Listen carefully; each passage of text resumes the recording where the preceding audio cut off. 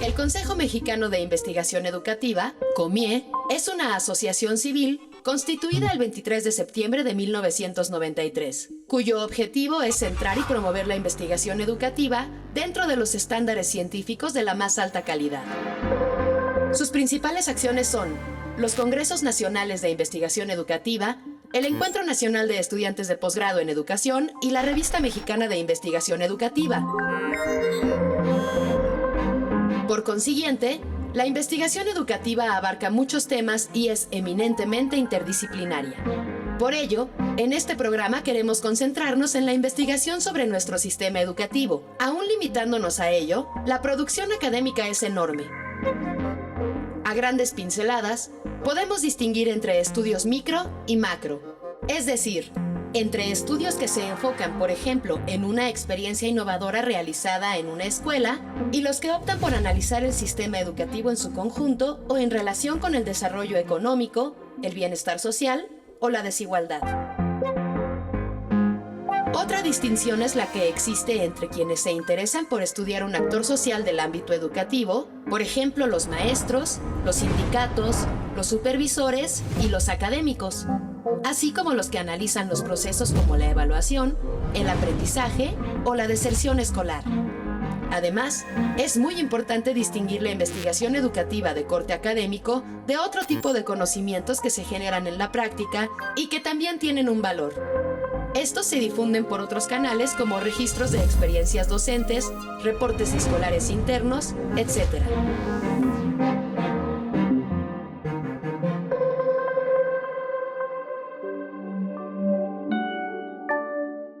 Bienvenidos a la tertulia sobre educación a distancia de la Universidad Nacional Autónoma de México. En esta ocasión vamos a platicar sobre el tema de la investigación en educación y de la investigación en educación en línea, cuáles son sus implicaciones en la era moderna. Para dialogar sobre esto tenemos a tres invitadas. Contamos con la doctora Mercedes de Agüero Servín. Ella es licenciada en Pedagogía por la Facultad de Filosofía y Letras de la UNAM, maestra en Investigación y Desarrollo de la Educación por la Iberoamericana y doctora por el Doctorado Institucional en Educación de la Universidad Autónoma de Aguascalientes. Actualmente es profesora de la Facultad de Filosofía y Letras de la UNAM y subdirectora de Investigación en Educación en la COAIE de la UNAM. Bienvenida, Mercedes. Gracias. Gracias. Buenas tardes. Contamos también con la doctora Larisa Hernández Vázquez. Ella es maestra en Ciencias en Matemáticas por la UNAM y doctorante en la Maestría en Educación a Distancia de la Universidad de Monterrey y la Universidad de Athabasca. Es investigadora asociada C de la universidad y profesora en el sistema SOAIE de la Facultad de Ciencias Políticas y Sociales en Relaciones Internacionales. Y actualmente es coordinadora de aprendizaje autónomo y adaptativo en la COAIE de la UNAM. Hola, Larisa. ¿Qué tal, Melchor? ¿Cómo estás? Y por último, la doctora Benilde García Cabrero. Ella es profesora titular de tiempo completo de la División de Estudios de Posgrado de la Facultad de Psicología de la UNAM, así como de la Universidad Pedagógica Nacional y de la Universidad Iberoamericana. Pertenece al Sistema Nacional de Investigadores con el nivel 2 y ha sido consultora de diversos organismos internacionales como la CEP, UNICEF, UNESCO y la OCDE. Bienvenida, Benilde. Gracias por estar aquí. Muchas gracias por la invitación. Muy bien, pues la sociedad tiene como esta percepción de que un investigador o investigador es alguien que está con bata blanca, tal vez con lentes, que es así como un sabio loco y que inventa cosas y que está en el laboratorio. Y en educación, la investigación debe de ser tremendamente importante, porque decimos que es tal vez lo más importante para sacar adelante a la humanidad. ¿Qué piensan de qué es esto de la investigación en educación? ¿Por qué esta percepción social de la misma? ¿Y cómo estábamos ahora que nos agarra la pandemia? Larisa, si quieres empezar, por favor. Sí, muchas gracias, Melchor. Un gusto estar aquí con ustedes en esta tertulia para que platiquemos sobre investigación educativa. Y sí, sí es cierto que a veces nuestros referentes de investigación se van a la investigación científica y un trabajo en un laboratorio y como en algo mucho más aislado y pues sí, eso en solitario, ¿no? La investigación educativa es importante, se hace, y como toda investigación, efectivamente va tratando de comprender, o sea, tiene coincidencias con la investigación científica que vemos en esos laboratorios. Tratar de comprender fenómenos, tratar de ampliar conocimiento, generar teorías, probar modelos, nada más que a diferencia de lo que ocurre en los laboratorios, aquí se da en un ámbito educativo. Y eso pues es en las aulas, es en las instituciones, es en cómo se está relacionando la sociedad con esa parte de educación, las políticas educativas que se están situando. Entonces, es investigación nada más que no científica, sino es una investigación de tipo social. Muy bien, Larisa. Mercedes, ¿qué opinas?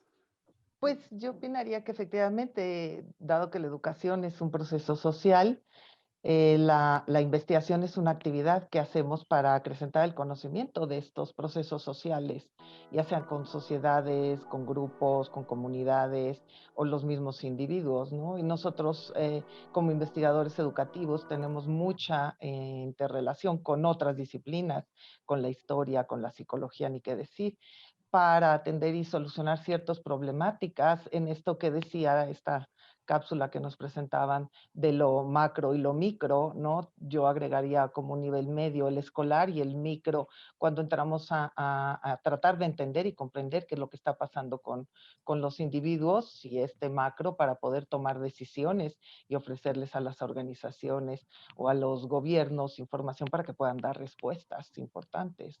Y eso es lo que ahora pues nos pegó con la pandemia. Muy duro. Así es, Mercedes. Benilde, tus comentarios.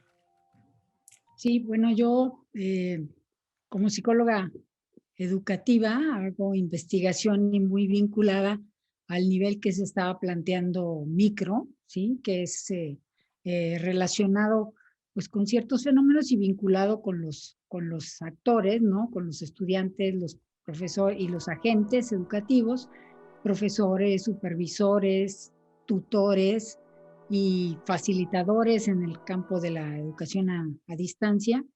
Y bueno, yo creo que la investigación educativa para nosotros los psicólogos sí se realiza en ambos niveles, ¿no? En el nivel micro, pues sí tenemos mucho que ver con procesos vinculados a la atención, a la percepción, a la memoria, ¿no? A los procesos motivacionales que dirigen las acciones de involucramiento emocional, cognitivo y conductual. Últimamente estamos pues muy vinculados con el tema de las habilidades socioemocionales, ¿no? Como componentes fundamentales del involucramiento de los estudiantes y bueno, pues de la interacción y las relaciones sociales. Entonces yo creo que, bueno, la investigación educativa puede ser de un carácter como más básico, más experimental. En nuestro caso sí se hace, ¿no? Esta cuestión muy experimental, trabajo con padres en interacción con niños para ver sus procesos de regulación emocional y todo esto cae dentro de este campo, pues sí, porque a partir de esto se generan pues aproximaciones a educar a los padres, a educar a los maestros a partir de los resultados de estas investigaciones. Y bueno, también intervenimos en el nivel macro, ¿no? Con análisis pues del sistema educativo y especialmente con una aproximación que se llama investigación evaluativa, en donde usamos modelos, ¿no? De evaluación para aplicarlos a la comprensión pues de lo que está ocurriendo, por ejemplo, en los resultados de los estudiantes en las pruebas estas de aprendizaje, ¿no? De evaluaciones a gran escala, tanto las nacionales como las internacionales. Y bueno, yo hago mucho trabajo en el campo de la formación cívica, ética, los valores, ¿no? La personalidad moral. Entonces, las contribuciones como ya se mencionó, de diferentes aproximaciones, porque no podemos entender los fenómenos de la educación sin una perspectiva sociológica, histórica, ¿sí? Y que, bueno, pedagógica, didáctica, etcétera. Entonces, el fenómeno es sumamente complejo, tanto a nivel macro, o sea, qué es lo que determina que en un momento dado salgan mejor, ¿no? Los estudiantes de Finlandia, y aparte de los niveles socioeconómicos, donde nos interesa ver qué están haciendo en las aulas, ¿no? Y qué es lo que está pasando con nosotros que no alcanzamos esos resultados. Entonces, creo que pues en estas visiones macro y micro son complementarias y pues unas están dirigidas a entender, describir, analizar, predecir, etcétera, como la investigación científica básica, pero hay muchos trabajos en términos de investigación-acción, ¿no? Que significa que es un colectivo, o sea, ahí no solamente está el investigador, sino el colectivo que tiene un problema educativo y entre todos lo tratan tanto de comprender, analizar, pero también de encontrar solución a los problemas, ¿no? Entonces, pues sí, la investigación es muy importante, ojalá que cada vez produzca más respuestas, ¿no? Y que haya más vínculos pues con la sociedad, porque tampoco se conocen mucho los resultados, ¿no? De este ámbito. A pesar de que se le considera muy importante la educación, sabemos que es un factor de movilidad social, pues no hay tampoco una comprensión tan clara de los fenómenos que allí ocurren. Y gracias, Benilde. Pues es que es importantísimo y esta visibilización de la investigación en educación a nivel tomadores de decisiones de los diferentes niveles gubernamentales y a nivel de la misma sociedad, como que nos falta un poco, ¿no? Porque la investigación básica, como por ejemplo la creación de una vacuna para el virus, es bastante importable. Es decir, la vacuna se va a probar en otros lugares y nos la vamos a aplicar nosotros. Pero la investigación en educación depende muchísimo del contexto. Yo creo que debe de dársele respeto, incentivos, recursos y mucho reconocimiento, ¿no? Y más ahora en esta época que estamos viviendo en la pandemia. A continuación vamos a ver una cápsula de unos académicos.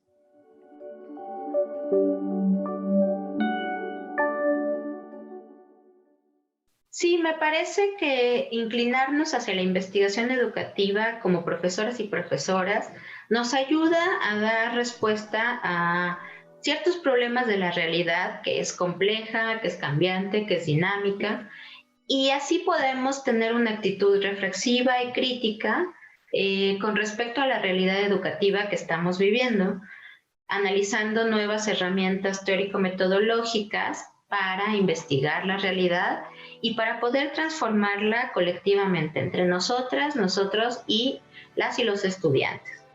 Creo que como docentes tenemos la tarea permanente de estructurar la realidad, de investigarla, de conocerla y de preguntarnos y preguntarles a los demás sobre lo cotidiano y sobre las cosas que son evidentes y las que no lo son, sobre todo en el campo de las ciencias sociales.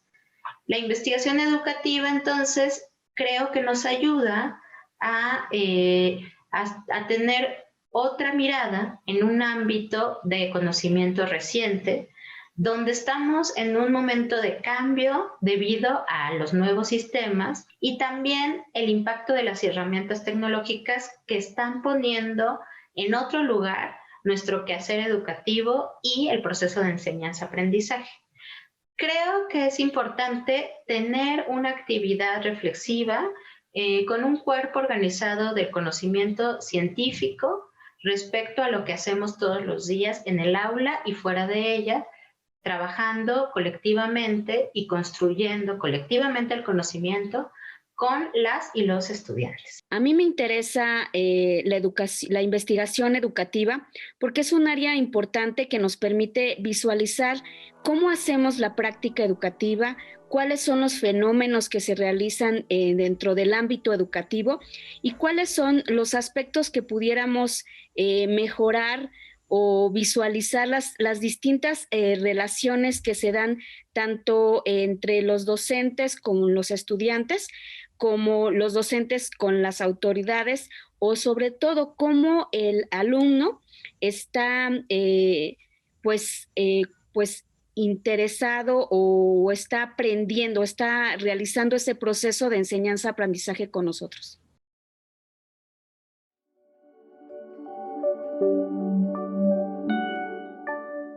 Estamos de regreso en la tertulia de educación a distancia de la UNAM, platicando sobre la investigación en educación y la investigación en educación en línea.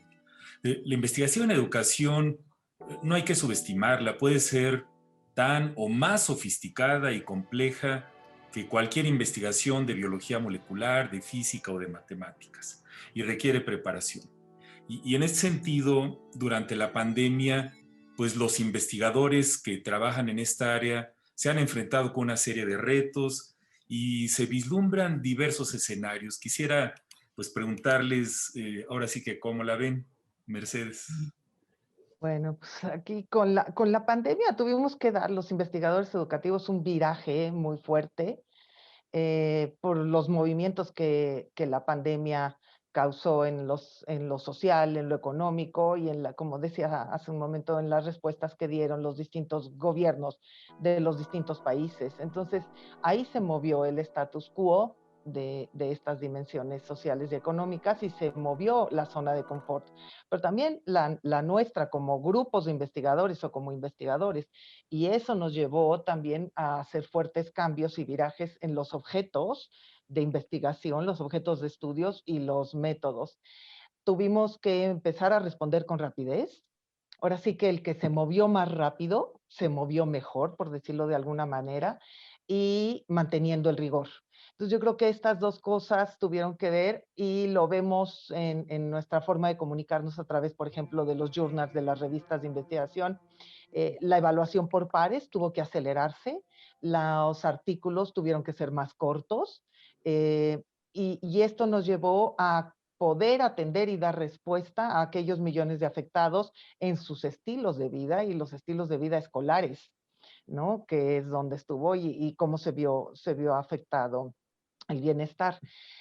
También nos empezamos a dar cuenta los investigadores, y ahora no sé qué va a pasar cuando regresemos, que el tiempo extra que ganamos para, sobre todo, bueno, en la Ciudad de México, yo creo en las grandes ciudades de no transportarnos, ganamos 2 o 3 horas al día.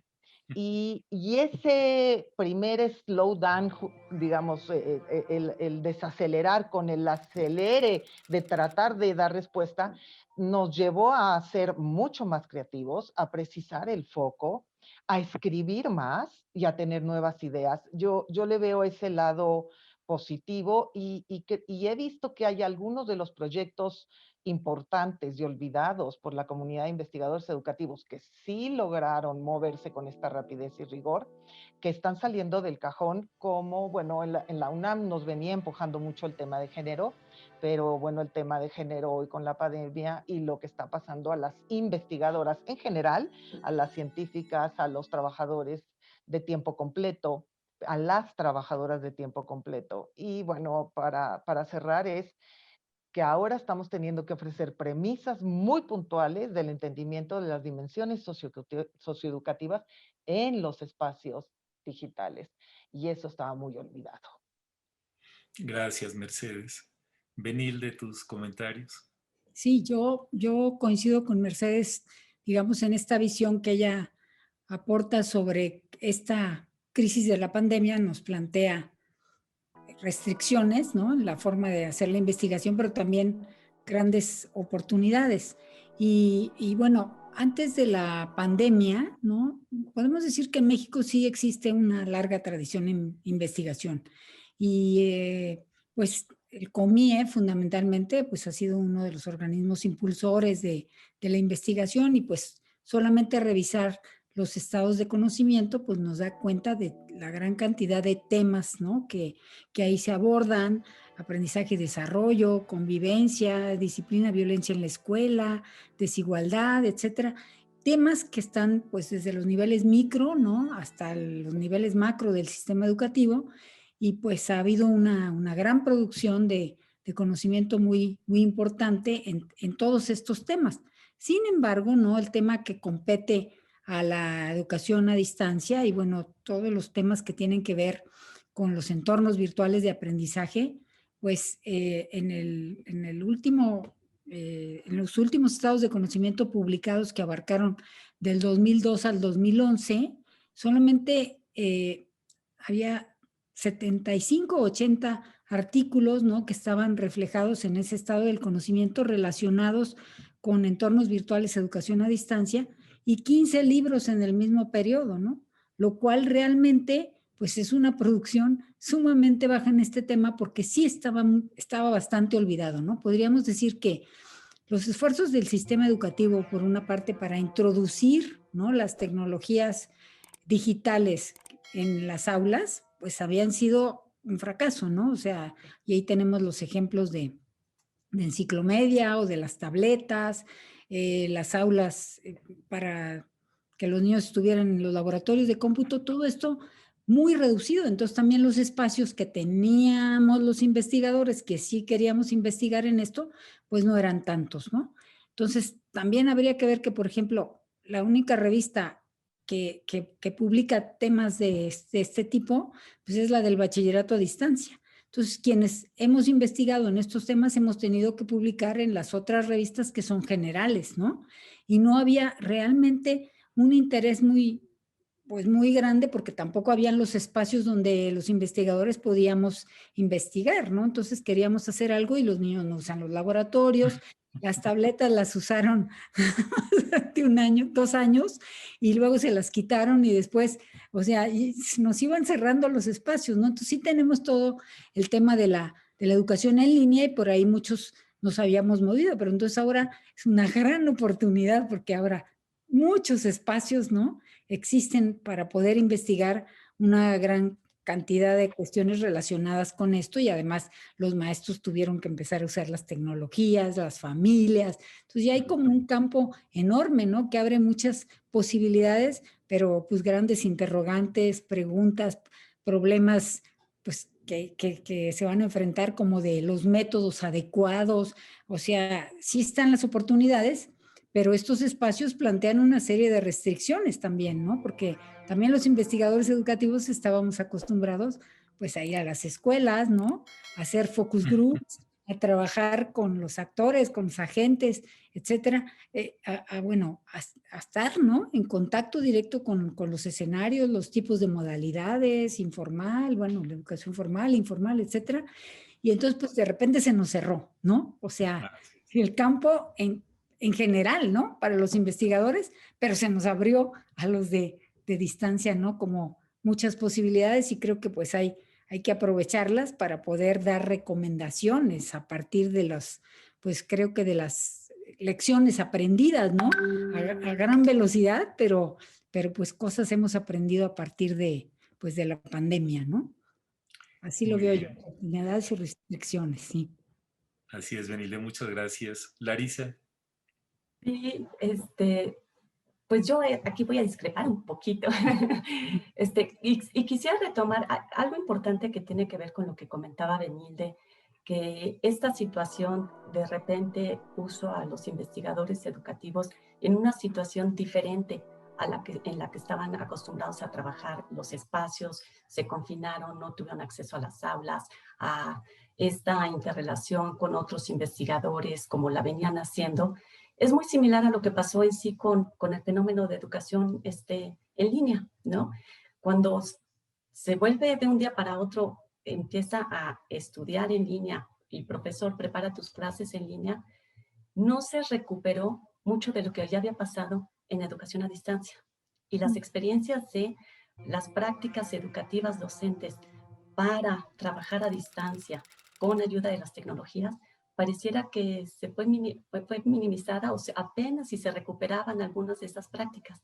Y lo mismo pasa en la investigación. Esta Mercedes comentaba de la parte del rigor. Estaba leyendo un reporte de la Fundación Spencer. Ellos hicieron una convocatoria para investigación en este momento a partir del COVID sobre educación y decían, recibimos 1,300 propuestas de investigación. Nos llama la atención que el rigor que proponen de las investigaciones no es el mismo que normalmente recibimos. Es mucho más flaco, porque no están acostumbrados a investigar para este entorno virtual. Y cómo entonces tienes que interactuar con el estudiante, cómo te haces de mecanismos de recogida de datos. Si estabas acostumbrado a hacer observación en aula, ¿ahora qué haces, no? ¿Cómo recuperas esa parte de diálogos? O sea, toda una parte de técnicas que físicamente sí estábamos acostumbrados a hacer de manera presencial, ahora cómo lo hacemos a distancia. Y entonces abre nuevamente otro reto y que creo que también tendremos que voltear a ver justo lo que estaba ocurriendo y ya ha venido ocurriendo en educación a distancia, ¿no? Como comenta Benilde, en México todavía es bastante incipiente los espacios donde como educación a distancia, investigación en educación a distancia, puedes publicar ese tipo de resultados. Y tienes que buscar, ay, aquí le pongo este huequito porque dice tecnología. Aquí lo pongo porque habla, pues como dice prácticas educativas, pues yo le pongo prácticas educativas en educación a distancia, ¿no? Y entonces empiezas a buscar esos huequitos por donde puedas empezar a publicar en las revistas existentes de investigación educativa en México que hay, ¿no? Entonces sí creo que nos enfrentamos ante retos importantes y son esas sacudidas también para voltear a ver qué se había hecho ya, qué sí podemos recuperar de las experiencias que teníamos de educación a distancia, de educación en línea en particular, ¿no? Y no tenemos que empezar desde cero. Así es, Larisa, pues tantas décadas de investigación en educación y tantas décadas de investigación en educación a distancia. Uno de los retos grandes de la comunidad científica en general es que producimos material, información, muchas veces para nosotros mismos, forman parte de nuestro diálogo académico, pero no siempre aterrizan en los hechos para utilizarse en políticas educativas, etcétera, ¿no? Entonces yo creo que es fundamental este aspecto del rigor académico. La pandemia y todo lo que vivimos no debe de hacernos minimizar la importancia de hacer las cosas bien. Es como ahorita las investigaciones en vacunas, uno quiere que estén perfectamente bien hechas. Pues en educación deberíamos de ser igualmente de exigentes. Bueno, muchísimas gracias por sus comentarios. A continuación vamos a pasar a una pausa.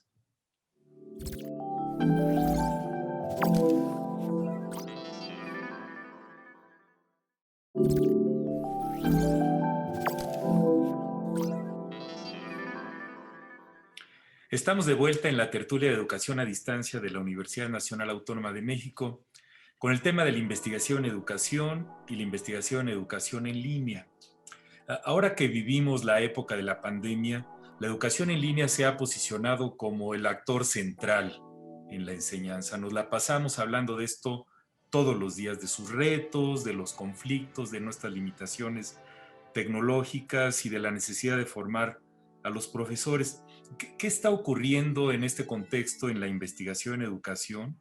¿Y cómo le podemos hacer para que los docentes que ejercen la docencia en todo el territorio nacional, en los diferentes niveles educativos, pues utilicen la investigación para mejorar su práctica? Comenzamos contigo, Benilde. Sí, claro. Bueno, yo creo que primero lo que está pasando en investigación en educación, lo que ya veníamos haciendo, ¿no? Pues hemos tenido que hacer muchísimos ajustes, ¿no? Los investigadores, empezando por el hecho de que en muchos de los proyectos teníamos contemplado invitar a profesores extranjeros, ¿no? También habíamos contemplado muchas participaciones en congresos donde se iba a difundir los resultados.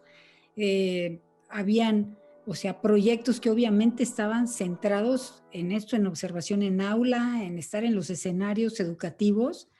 Y definitivamente yo pienso que esta situación sí lo que hizo es por recortar, reducir las miras, ¿no? Y las metas y tratar de explicar por qué no las hemos podido cumplir a cabalidad, porque definitivamente las restricciones han sido muy fuertes, ¿no? O sea, definitivamente hay proyectos que no se han podido llevar a cabo porque las condiciones no lo han permitido, pero sobre todo muchos a reorientar metas, ¿no? A redistribuir los presupuestos, ya nada que ver con viajes, viáticos, ¿no? Invitaciones, etcétera. Y luego, entonces, tratar de buscar cómo reacomodarnos, ¿no? Y cómo poder en un momento dado hacer las cosas. Ahora, también, por ejemplo, la investigación en nuestros escenarios de educación superior tiene siempre contemplado la formación de otros, bueno, de los estudiantes y en la participación en elaboración de tesis, y muchas de estas tesis tenían ciertas condiciones, pues que no les han, o sea, no han podido recoger los datos, ¿no? Situaciones, por citar un ejemplo, ¿no? Yo estoy dirigiendo una tesis que tiene que ver con situaciones de divorcio conflictivo, en donde los padres que no tienen la guardia y custodia de los hijos tienen que asistir, ¿no?, a las visitas con sus hijos en el centro de convivencia familiar. Obviamente el centro de convivencia familiar está cerrado. Entonces, una investigación de doctorado que estaba planteada hacer todas las observaciones de la interacción entre el padre que no tiene la guardia y custodia y luego nada, o sea, nos hemos pasado mucho tiempo sin poder recoger los datos, ¿no? Entonces, yo creo que esta situación evidentemente y tiene impacto sobre los alcances de las investigaciones y también, y pues por más que se diga, también sobre los logros de aprendizaje de los alumnos, ¿no? Aunque la Secretaría de Educación Pública en el caso de los niños diga que no, que está todo bien. No, obviamente ahora tenemos, yo creo que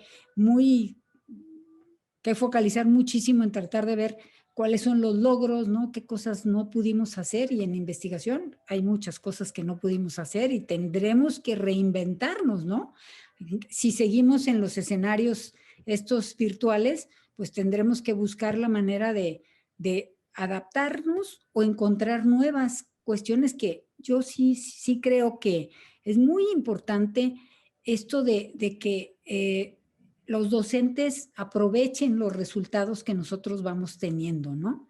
Creo que una práctica que ha empezado a hacerse, por lo menos en nuestros posgrados, es que cuando se recogen datos en un salón de clases, en una primaria, en una secundaria, con padres de familia, ahora ya tenemos la práctica esta de devolverle, ¿no?, a quienes nos dieron los datos algo de lo que encontramos que les pueda ser útil, o hacer una capacitación en relación con los temas que estamos estudiando.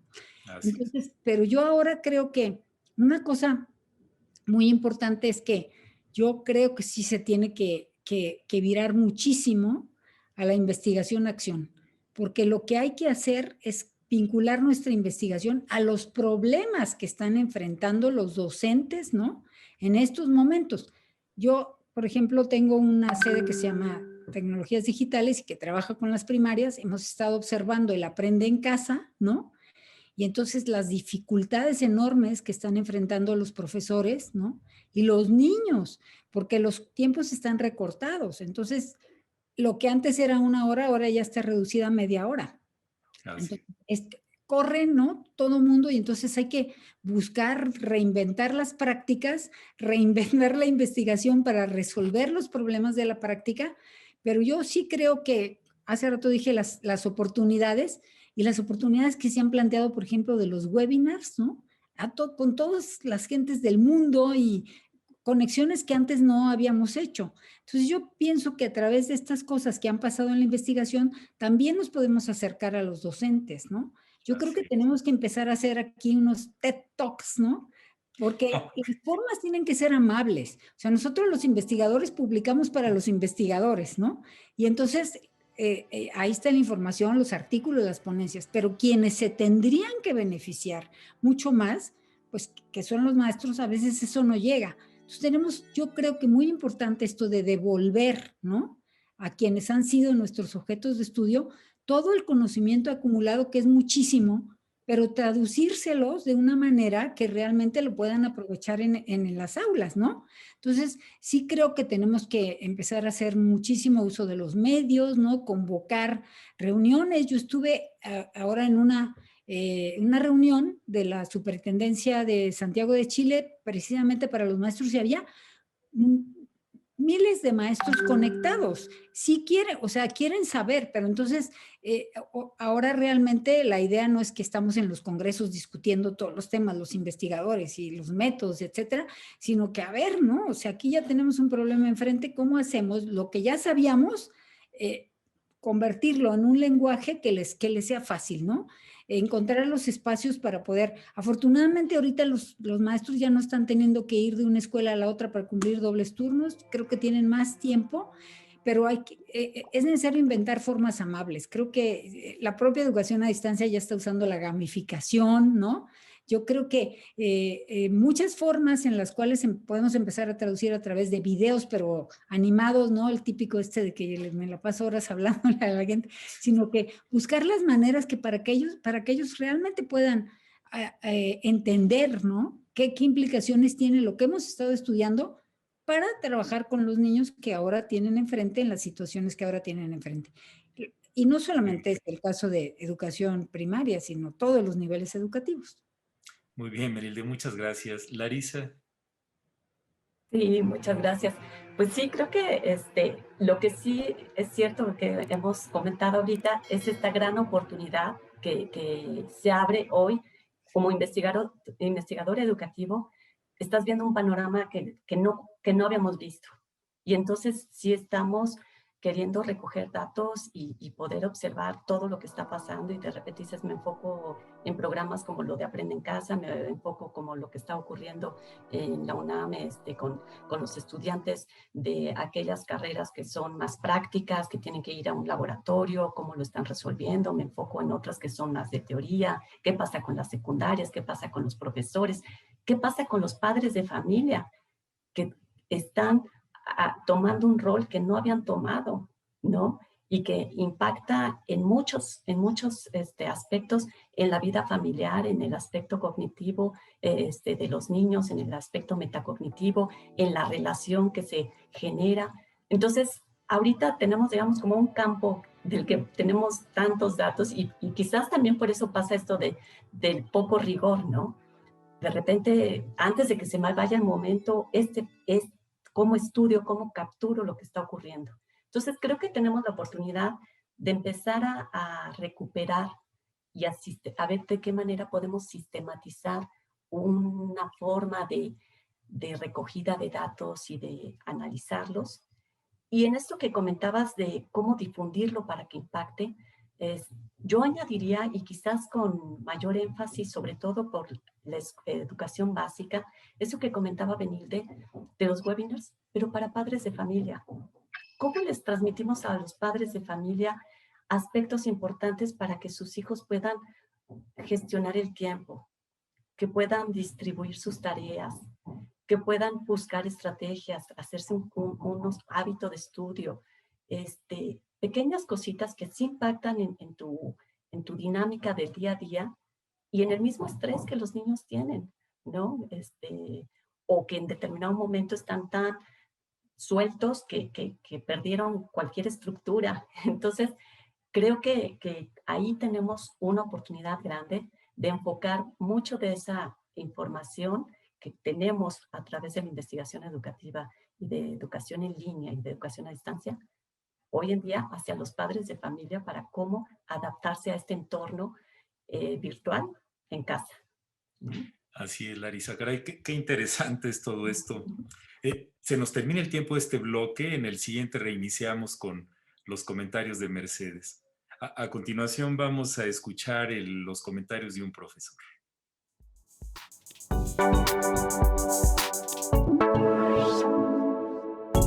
Pues bueno, es una pregunta que no tiene una respuesta única, ¿no? Yo creo que es una relación de ambigüedad hasta cierto punto, ¿no? Sí que hay un interés por la investigación, por los resultados que se tienen y cómo se pueden incorporar en el trazado de políticas, de programas educativos, pero siempre con reserva, ¿no? O sea, sí hay un respeto, sí hay un reconocimiento, pero con reserva, ¿no? de la información que se pueda brindar, ¿no? al respecto. En ese sentido, creo que es un área por seguir trabajando, ¿no? Fortalecer estos nexos, estos lazos de comunicación, de diálogo constante para ir generando pues, estos proyectos en común donde se valore lo que hacemos desde el campo educativo y su trascendencia para el ámbito educativo. Ahí quisiera solamente agregar que tampoco estamos en un escenario donde si aplicamos la investigación educativa se van a resolver los problemas, ¿no? Yo creo que es falso, ¿no?, tener esa aseveración, pensar que hay una relación lineal entre investigación y mejora de las problemáticas que tenemos en materia educativa. Creo que sería algo que no es cierto, ¿no? No es algo que podamos comprobar o que podamos afirmar tajantemente. Sin embargo, y más aún pensando en que las problemáticas en materia educativa son multifactoriales, ¿no?, multivariables, y que en algún contexto pueden funcionar ciertos conocimientos que generamos en la investigación y en otros contextos tal vez no. Lo que sí nos resta es ir incorporando pues de manera gradual estos conocimientos e ir probando también la validez de los mismos para la solución de problemas. Entonces, pues tenemos un camino largo por trabajar, ¿no?, y por buscar estos lazos de trabajo y de colaboración entre los investigadores educativos y el sector educativo a través de autoridades gubernamentales. Estamos en la tertulia de Educación a Distancia de la Universidad Nacional Autónoma de México con el tema de la investigación en educación en línea. Continuamos con los comentarios de Mercedes sobre los retos que representa esto y algunas propuestas, y te pediría también una conclusión. Adelante, Mercedes. Bueno, pues yo hablaría un poco, escuchando a Larisa y a Benilde, de los grandes desafíos que estamos enfrentando los investigadores en educación en la pandemia, que entramos al tema digital sin mucho entendimiento en México y en América Latina. Y como bien dice Larisa, ¿no? ¿Y qué pasó con la experiencia acumulada que en México lleva, pues, por lo menos en la UNAM, desde el año 72?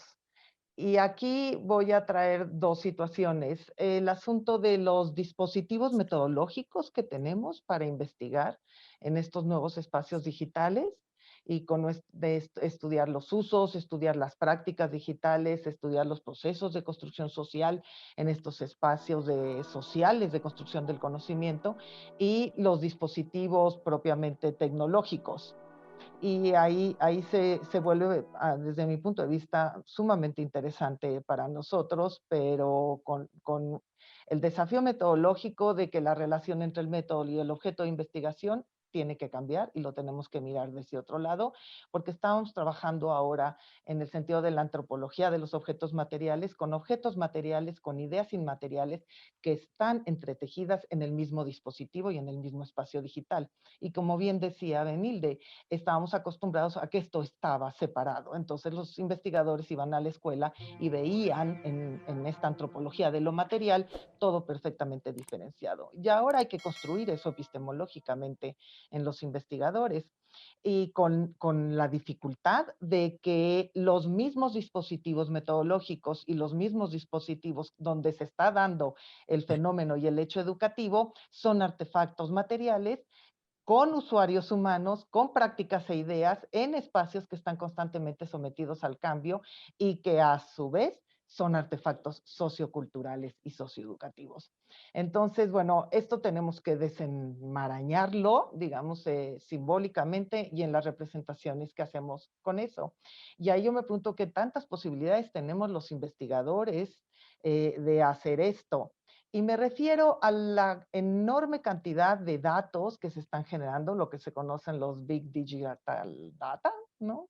Los grandes datos digitales que se generan. Lo vemos en Facebook. Facebook lo venimos utilizando los profesores en posgrado y en las universidades y en las preparatorias desde hace 10, 12. Yo utilizo Facebook desde el 2009 con mis grupos de posgrado y de licenciatura con fines educativos. Y cómo se han ido transformando, por ejemplo, estas redes sociales hacia una cuestión de mercado, donde ahora, por ejemplo, Facebook y Twitter Antes uno podía acceder a esos datos ya si tenías la capacidad para archivarlos, para analizarlos, no solo para crearlos como un usuario, pero ahora nos cobran. Y ahora nos cobran porque estas redes se han transformado a ser unas redes de mercado. Sin embargo, ahorita durante la pandemia estamos teniendo que utilizar todas estas redes sociales y estamos teniendo que utilizar la paquetería y las distintas, como dicen los norteamericanos y los sajones, las affordances, que no sé bien cómo traducirlas, ¿no? Como estos beneficios o estas participaciones que nos permiten hacer todas estas plataformas y que los investigadores ya veníamos utilizándolas. Bueno, yo desde mi tesis de licenciatura en el 86 utilicé el SPSS. Es decir, no son nuevas, pero pareciera ser que a los investigadores y al sistema educativo se nos aparecieron con la pandemia. Eso a mí en sí mismo me resulta interesantísimo como un fenómeno social, sobre todo que ahora en la pandemia la mirada hacia los profesores y los estudiantes se puso adelante del telón, ¿no? En los escenarios, está en el primer plano. Yo ahí cerraría con la falta de capacidad, y a lo mejor muchos van a estar en desacuerdo conmigo, pero creo que los investigadores sociales y los que hacemos investigación educativa, la gran mayoría, no todos, nos faltan competencias y faltan capacidades para hacer esta minería de datos, poder acceder a estos datos que se están generando, las propias instituciones, nosotros como UNAM, estamos generando muchísima información y no se tienen estas competencias y estas habilidades para analizar, aun y cuando pudiéramos tener las capacidades para archivarla y almacenarla o acceder a ella. Y con esta información, la parte que a mí me preocupa, y con esto cerraría, es esta pregunta que nos planteabas, Melchor, de cómo transmitir a los docentes. Es decir, cómo volvernos profesores académicos y usuarios y generadores, porque somos creadores de datos, ahora todos, no solo los que están en sistemas a distancia, ¿no? Pero también decíamos, y creo que habría aquí 3 cosas que decir.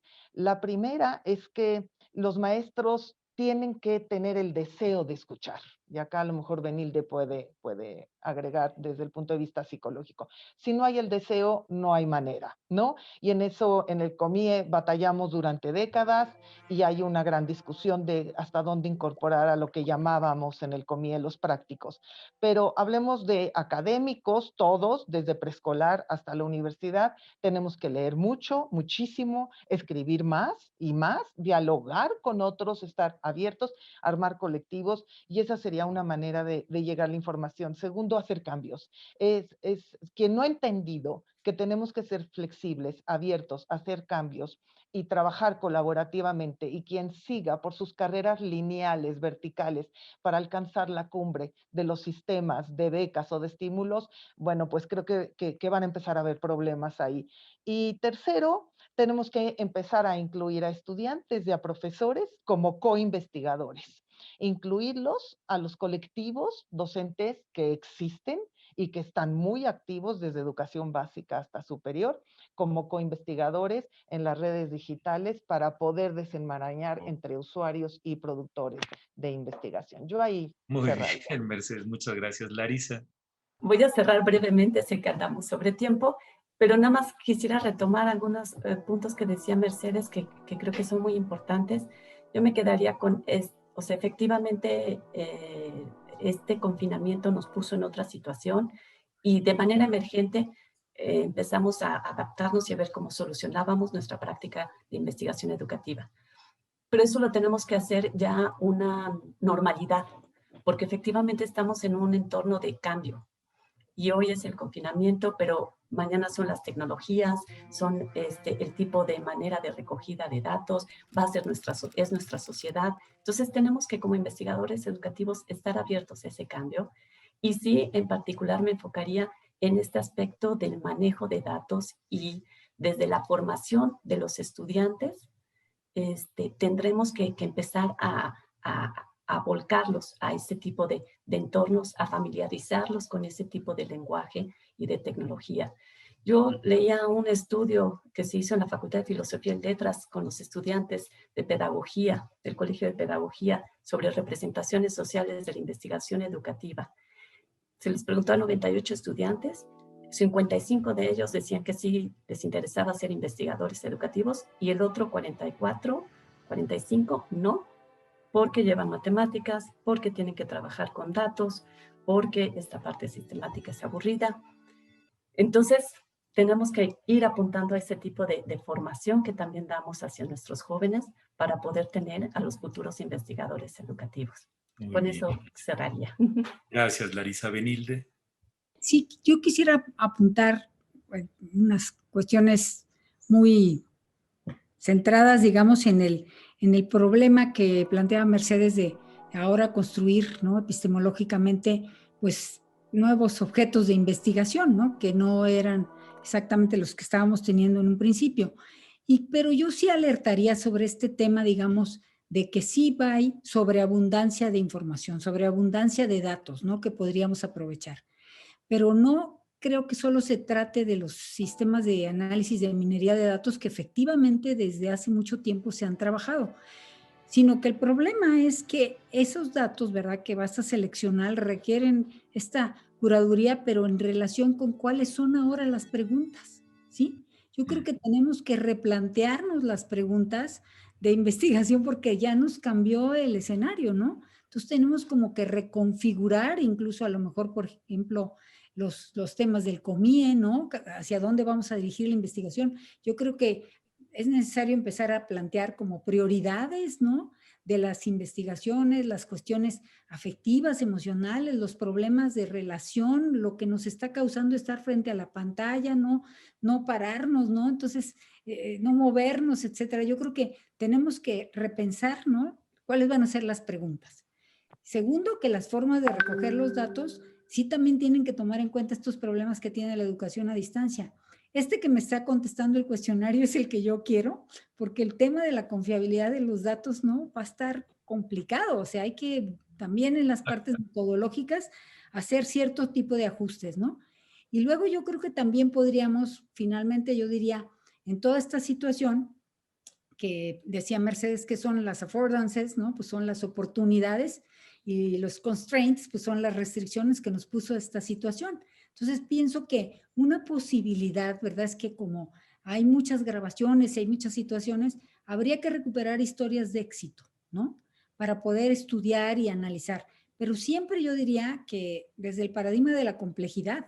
Entonces, en estos colectivos que decía Mercedes, ¿no?, yo estoy completamente convencida de la idea de la inteligencia colectiva, de que es necesario la multidisciplina, la interdisciplina, etcétera, porque la situación está muy compleja. Antes la queríamos, creo que, bueno, siempre la hemos querido parcializar, pero ahora nos damos cada vez más cuenta que está todo interconectado, ¿no?, que realmente es mucho más complejo como que lo queríamos pensar. Entonces sí pensaría que es una cuestión, digamos, importantísima de reconfigurar, ¿no?, el sentido y el significado de la investigación educativa, y ojalá que de alguna manera sí responda a las grandes problemáticas, que se planteen las preguntas correctas y con los métodos correctos para poder producir, ¿no?, resultados adecuados.